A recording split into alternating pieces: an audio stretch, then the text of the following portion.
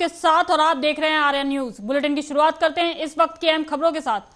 PM Modi इस समय लोकसभा चुनाव 2024 के प्रचार में लगे हैं और उनके निशाने पर इस दौरान कांग्रेस के साथ दूसरे विपक्षी दल भी हैं।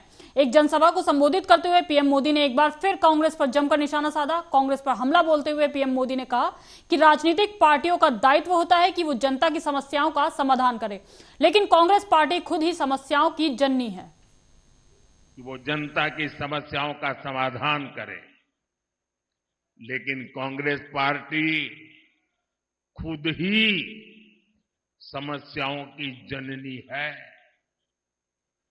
आप आजादी के बाद से गिनना शुरू करिए। देश का विभाजन हुआ, मजहब के नाम पर ये विभाजन किसने करवाया? किसने करवाया? किसने करवाया? देश आजाद होते ही कश्मीर में समस्या खड़ी कर दी गई। कश्मीर में समस्या किसने पैदा की? जरा पूरी ताकत से बताइए, दिल्ली तक आवाज जानी चाहिए। ये कश्मीर को किसने मुसीबत में डाला? हमारे आसपास ही दुनिया के कई देश आजाद हुए। लोकसभा चुनाव स्थिरता बनाम अस्थिरता के बीच का चुनाव है। एक और भाजपा एनडीए है, जिसका ध्येय है देश के लिए कड़े फैसले लो, बड़े फैसले लो। दूसरी ओर कांग्रेस और इंडी गठबंधन है, जिसका मंत्र है जहां भी सत्ता पाओ खूब मलाई खाओ।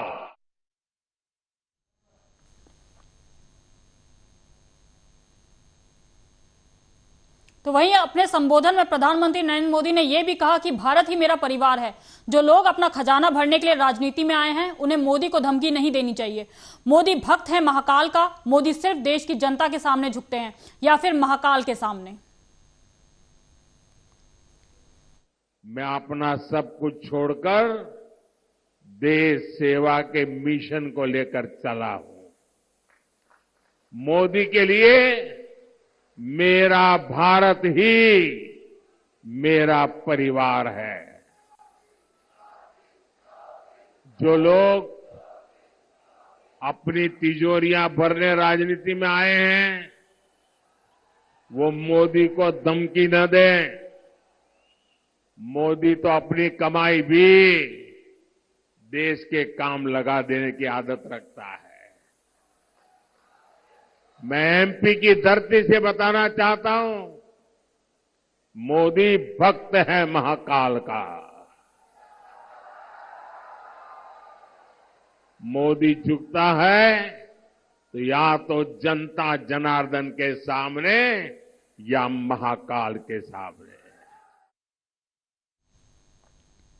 मध्य प्रदेश के सीएम मोहन यादव ने कांग्रेस पर निशाना साधा है और कहा कि कांग्रेस ने पहले खजुराहो में प्रत्याशी छोड़ा।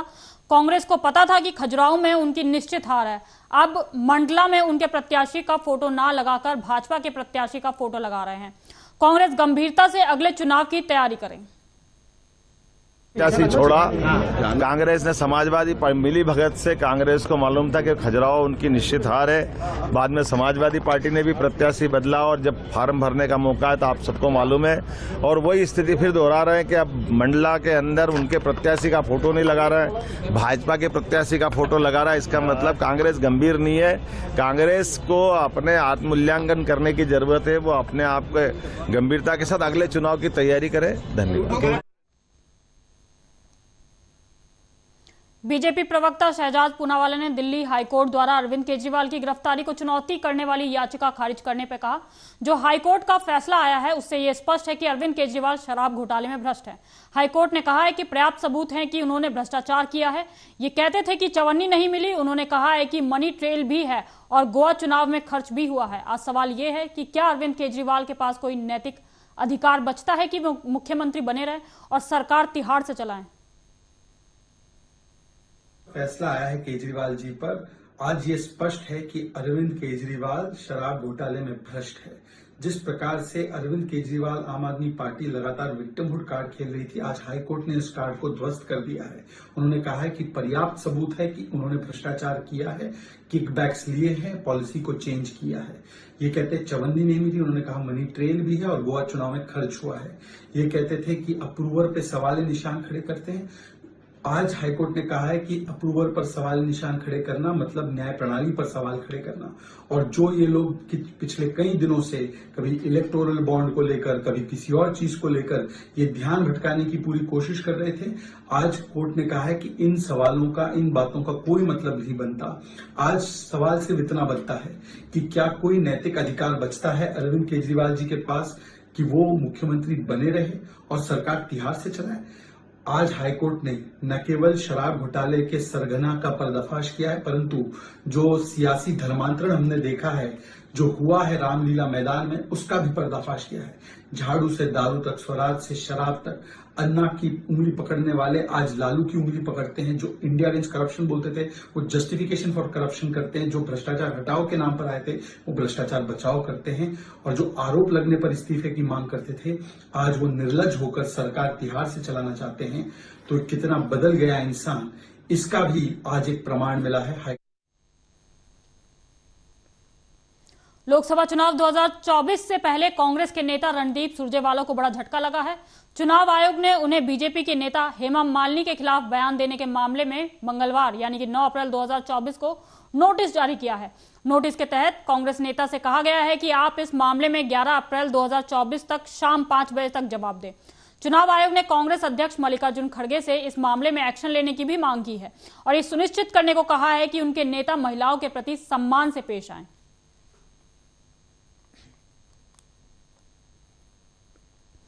देश में चुनावी माहौल चल रहा है और इसी कड़ी में भाजपा के प्रवक्ताओं ने तेजस्वी यादव पर निशाना साधा है।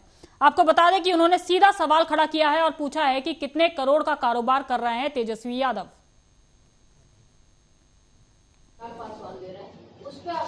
देखिए, बुद्धि की कमी होना तो हम कुछ नहीं कर सकते। परिवारवाद का मतलब प्रधानमंत्री जी ने लोकसभा में बहुत आराम से समझाया था, लेकिन इनकी दिक्कत है ना, ये ना सुनते हैं ना अच्छी बातों को समझ सकते हैं। परिवारवाद का मतलब आप मुझे बताइए, आज सम्राट चौधरी अध्यक्ष हैं, 4 महीने के बाद लोकसभा चुनाव के बाद हमारा नया अध्यक्ष अगर आएगा तो आप लोग में से कोई या हम में से कोई बता सकता है कौन अध्यक्ष होगा? नहीं। प्रकाश नारायण से लेके कर्पूरी ठाकुर से लेके नीतीश कुमार जो खुद इंजीनियर हैं से लेके सुशील मोदी से लेके एक से एक विद्वान नेता देखे हैं, लेकिन हमारे लिए बहुत शर्म की बात है कि हमारा नेता प्रतिपक्ष 9वीं फेल है। मौका मिलने पे भी 10वीं 12वीं नहीं किया और बात करते हैं कि गारंटी हम देते हैं, रोजगार हम देंगे। बड़ा गारंटी है इनका, अद्भुत गारंटी। ये ऐसे रोजगार देते हैं कि रोजगार के बदले में जमीन ही ले लेते हैं। जाइए रोजगार लेने, आपको जमीन मिल जाएगी। कुछ फैक्ट्स हैं मित्रों, मैं रखना चाहता हूं कि 29 साल की उम्र में इसी तेजस्वी यादव ने 5 मकान, 47 जमीन सहित कुल 52 संपत्ति के मालिक बन गए 29 साल की उम्र में। 3 साल की उम्र में जब चलना भी नहीं आया था तो इनके नाम से पिताजी और माताजी जमीन रजिस्ट्री करवा देते थे। इन्हीं के पार्टी के कांति सिंह, इन्हीं के पार्टी के चौधरी, तमाम लोगों की जमीनें और मकान।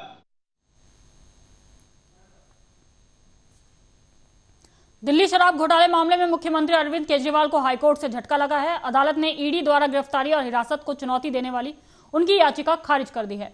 जस्टिस स्वर्ण कांता शर्मा ने फैसला सुनाते हुए कहा कि ये केंद्र सरकार और केजरीवाल के बीच का मामला नहीं है, बल्कि ईडी और केजरीवाल के बीच का मामला है। उन्हें मनी लॉन्ड्रिंग के मामले में एजेंसी ने गिरफ्तार किया है। किसी को कोई विशेष अधिकार नहीं दिया जा सकता। ईडी के पास पर्याप्त सबूत मौजूद हैं। जांच में पूछताछ से मुख्यमंत्री को छूट नहीं दी जा सकती। जज कानून से बंधे हैं, राजनीति से नहीं।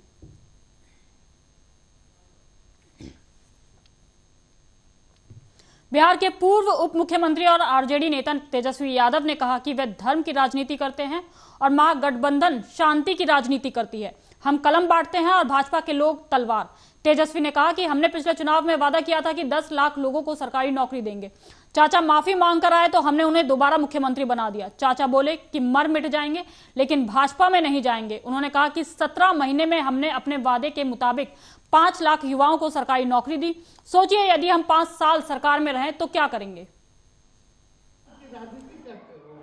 भाजपा वाला बोलेगा हम हिंदू नहीं है तो हिंदू नहीं होंगे। तुम्हारे कहने से हमको भगवान देखो मन में होना चाहिए, साफ मन में होना चाहिए। भगवान तो हर जगह है, कण-कण में है, अभी भी है, कहीं भी है, लेकिन दिन रात गलत काम कीजिएगा, रात में राम राम लपटिएगा तो भगवान भला करेंगे। भला जहां एक तरफ देश में लोकसभा चुनाव 2024 का बिगुल बज गया है, वहीं राजनीतिक दलों ने चुनाव प्रचार तेज कर दिया है। इस बीच बहुजन समाज पार्टी के उम्मीदवार अशोक भलावी की मौत हो गई है। वे मध्य प्रदेश की बैतूल सीट से लोकसभा चुनाव लड़ रहे थे। अचानक उनके निधन के बाद अब इस सीट पर नए सिरे से चुनाव प्रक्रिया होगी। बसपा सुप्रीमो और यूपी के पूर्व सीएम मायावती ने मध्य प्रदेश की बैतूल लोकसभा सीट से अशोक भलावी को चुनावी मैदान में उतारा था। बसपा प्रत्याशी इस कड़ी धूप में चुनाव प्रचार कर रहे थे। इस दौरान अशोक भलावी को हार्ट अटैक आ गया, जिससे उनकी मौत हो गई। बीएसपी उम्मीदवार की मौत के बाद चुनाव आयोग ने बैतूल सीट पर इलेक्शन प्रक्रिया को स्थगित कर दिया है। दिल्ली हाईकोर्ट द्वारा अरविंद केजरीवाल की गिरफ्तारी की चुनौती देने वाली याचिका खारिज करने पर आप सांसद संजय सिंह ने कहा, अरविंद केजरीवाल के वकील सभी दस्तावेजों का निरीक्षण करने में लगे हुए हैं और कोर्ट लगातार इस मामले पर नजर बनाए हुए। मुझे पूरी उम्मीद है कि अरविंद केजरीवाल को जल्द ही सुप्रीम कोर्ट से न्याय मिलेगा। न्याय की एक प्रक्रिया होती है और न्यायिक प्रक्रिया में कई तरह की देरी होती है। पीएमएलए एक्ट में कई जटिलताएं हैं, जिसमें जमानत मिलने के प्रावधान कठिन है। उस काम में हमारे जो केजरीवाल साहब के वकील हैं वो लगे हुए हैं और लगातार न्यायालय इस बात को देख रहा है। वकील सारे कागजात के इंस्पेक्शन कर रहे हैं। मुझे पूरी उम्मीद है कि माननीय सर्वोच्च न्यायालय से जल्द ही अरविंद केजरीवाल जी को न्याय मिलेगा, क्योंकि देखिए न्याय की प्रक्रिया है और न्यायिक प्रक्रिया में कई बार विलंब होता है। पीएमएलए एक्ट में बहुत सारी जटिलताएं हैं, जिसमें जमानत मिलने के प्रावधान कठिन है, मुश्किल है, और उसके साथ जब आप साक्ष्य ही पूरे नहीं रखेंगे तो कोर्ट के सामने पूरी बात आ नहीं रही है। 20,000 पन्ने अनरिलाइड डॉक्यूमेंट में रखे गए हैं। मैं सभी पत्रकार मित्रों को बताना चाहता हूं, ईडी ने 20,000 पन्ने अनरिलाइड अपॉन डॉक्यूमेंट में रखे हैं, यानी कि 20,000 कागजात छिपाए गए हैं, यानी कि 20,000 कागजात ईडी कह रही है इस पे हमें भरोसा नहीं है। जबकि सेक्शन 50 पीएमएलए में तो आप झूठा बयान ले ही नहीं सकते। सबसे पहले बताया जाता है सेक्शन 50 पीएमएलए में कि देखो भाई, झूठी गवाही दोगे तो तुम्हारे खिलाफ कार्रवाई होगी। आप नेता और दिल्ली सरकार के मंत्री सौरभ भारद्वाज ने कहा कि हम सुप्रीम कोर्ट जाएंगे। हमें सुप्रीम कोर्ट पर पूरा भरोसा है कि जैसे सुप्रीम कोर्ट से संजय सिंह को राहत मिली है, वैसे ही सुप्रीम कोर्ट से अरविंद केजरीवाल को भी राहत मिलेगी। जो फैसला हाई कोर्ट का आया है, कोर्ट है, कोर्ट के इंस्टीट्यूशन है, इंस्टीट्यूशन का हम सम्मान करते हैं और हम सम्मान पूर्वक ये कहना चाहते हैं कि हम इस फैसले से सहमत नहीं है और इस फैसले के खिलाफ हम सुप्रीम कोर्ट जाएंगे और सुप्रीम कोर्ट के अंदर अपनी बात रखेंगे। और वे पलटे जाते हैं, हम सुप्रीम कोर्ट जाएंगे और हमें सुप्रीम कोर्ट पे बहुत भरोसा है कि जैसे माननीय सुप्रीम कोर्ट ने संजय सिंह जी को रिलीफ दिया, लाख हाई कोर्ट के फैसले के बाद संजय सिंह जी को रिलीफ दिया, हमें पूरी उम्मीद है कि अरविंद केजरीवाल जी के मामले में माननीय सुप्रीम कोर्ट।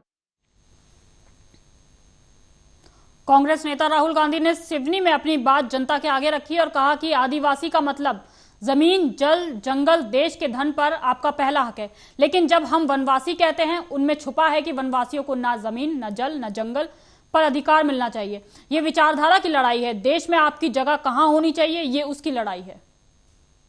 अब थोड़ा सा मैं आदिवासियों के बारे में बोलना चाहता हूं कि हम आपके लिए क्या करने जा रहे हैं। सबसे पहले आपने सिक्स शेड्यूल सुना है? आप जानते हैं सिक्स शेड्यूल क्या है? मैं आपको बताता हूं। हिंदुस्तान में ऐसी जगहें हैं जहां पर छठे शेड्यूल का कानून होता है। उस कानून के मुताबिक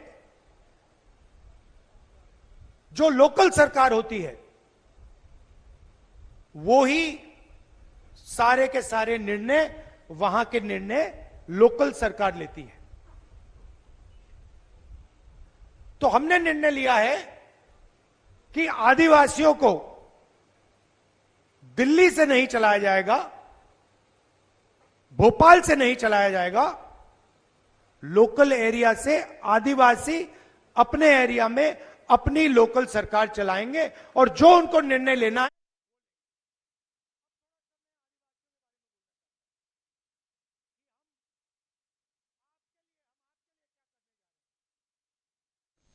तो वहीं अब खबर यूपी के कानपुर से, जहां एक सिरफिरे युवक ने पार्क की बेंच में अपनी गर्दन फंसा ली। उसने खुद को निकालने की बहुत कोशिश की लेकिन नहीं निकल पाया। पार्क के पास गश्त पर पहुंचे पुलिसकर्मियों की नजर पड़ी तो भागकर वहां पहुंचे और कड़ी मशक्कत के बाद उसे वहां से निकाला गया। इसका वीडियो भी अब सोशल मीडिया पे काफी तेजी से वायरल हो रहा है।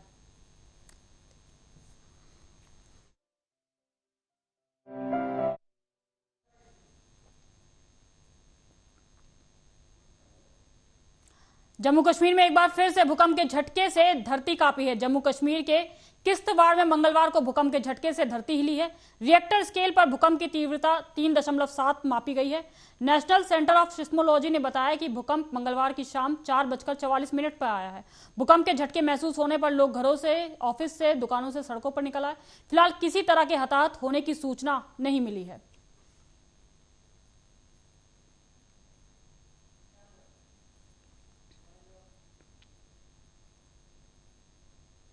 फिलहाल अभी के इस बुलेटिन में बस इतना ही। देश दुनिया की तमाम खबरों के लिए देखते रहें आर्या न्यूज।